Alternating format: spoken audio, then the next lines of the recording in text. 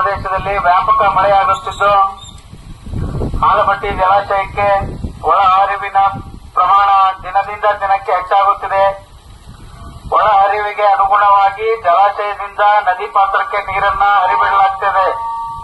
ಆದ್ದರಿಂದ ಈ ಕಾಳಗಿ ಗ್ರಾಮದ ಜನರು ಮತ್ತು ತಮ್ಮ ಜಾನುವಾರುಗಳನ್ನ ನದಿ ಪಾತ್ರದಿಂದ ದೂರವಿರಲು ಈ ಕೆಬಿಜೆಎನ್ಎಲ್ ಮುನ್ನೆಚ್ಚರಿಕೆ ನೀಡಲಾಗಿದೆ.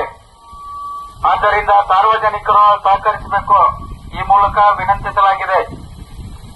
ಮಹಾರಾಷ್ಟ್ರದ ಜಲಾನಯನ ಪ್ರದೇಶದಲ್ಲಿ ವ್ಯಾಪಕ ಮಳೆಯಾಗುತ್ತಿದ್ದು ಆಲಮಟ್ಟಿ ಜಲಾಶಯಕ್ಕೆ ಒಳಹರಿವಿನ ಪ್ರಮಾಣ ದಿನದಿಂದ ದಿನಕ್ಕೆ ಹೆಚ್ಚಾಗುತ್ತಿದೆ. ಒಳಹರಿವಿಗೆ ಅನುಗುಣವಾಗಿ ಜಲಾಶಯದಿಂದ ನದಿ ಪಾತ್ರಕ್ಕೆ ನೀರನ್ನ ಹರಿಬಿಡಲಾಗ್ತಾ ಇದೆ. ಆದ್ದರಿಂದ ಗ್ರಾಮದ ಜನರು ಮತ್ತು ತಮ್ಮ ಜಾನುವಾರುಗಳನ್ನ ನದಿ ಪಾತ್ರದಿಂದ ದೂರವಿರಲು ಕೃಷ್ಣಾ ಭಾಗ್ಯ ಜಲ ನಿಗಮದಿಂದ ಮುನ್ನೆಚ್ಚರಿಕೆ ನೀಡಲಾಗಿದೆ. ಆದ್ದರಿಂದ ಸಾರ್ವಜನಿಕರು ಸಹಕರಿಸಬೇಕು ಎಂದು ಈ ಮೂಲಕ ವಿನಂತಿಸಲಾಗಿದೆ.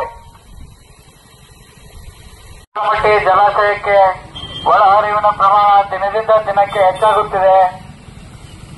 ಒಳಹರಿವಿಗೆ ಅನುಗುಣವಾಗಿ ಜಲಾಶಯದಿಂದ ನದಿ ಪಾತ್ರಕ್ಕೆ ನೀರನ್ನು ಹರಿಬಿಡಲಾಗುತ್ತಿದ್ದು ಆದ್ದರಿಂದ ಈ ಬುಡಿಯ ಗ್ರಾಮದ ಜನರು ಮತ್ತು ತಮ್ಮ ದನಕರುಗಳನ್ನು ನದಿ ಪಾತ್ರದಿಂದ ದೂರವಿರಲು ಕೃಷ್ಣಾ ಭಾಗ್ಯ ಜಲ ನಿಗಮದಿಂದ ಮುನ್ನೆಚ್ಚರಿಕೆ ನೀಡಲಾಗಿದೆ. ಆದ್ದರಿಂದ ಸಾರ್ವಜನಿಕರು ಸಹಕರಿಸಬೇಕೆಂದು ಈ ಮೂಲಕ ವಿನಂತಿಸಲಾಗಿದೆ. ಯಾರೂ ದಯವಿಟ್ಟು ನದಿ ಪಾತ್ರಕ್ಕೆ ತೆರಳಬಾರದು ಮತ್ತು ತಮ್ಮ ದನಕರುಗಳನ್ನು ತೆಗೆದುಕೊಂಡು ಹೋಗಬಾರದು. ಯಾಕೆಂದ್ರೆ ನದಿಗೆ ಹೆಚ್ಚಾಗಿ ನೀರನ್ನು ಬಿಡಲಾಗುತ್ತಿದ್ದು ಹೆಚ್ಚು ಮಳೆಯಾಗುತ್ತಿದ್ದು ಆಲಮಟ್ಟಿ ಜಲಾಶಯಕ್ಕೆ ಒಳಹರಿವಿನ ಪ್ರಮಾಣ ದಿನದಿಂದ ದಿನಕ್ಕೆ ಹೆಚ್ಚಾಗುತ್ತಿದೆ.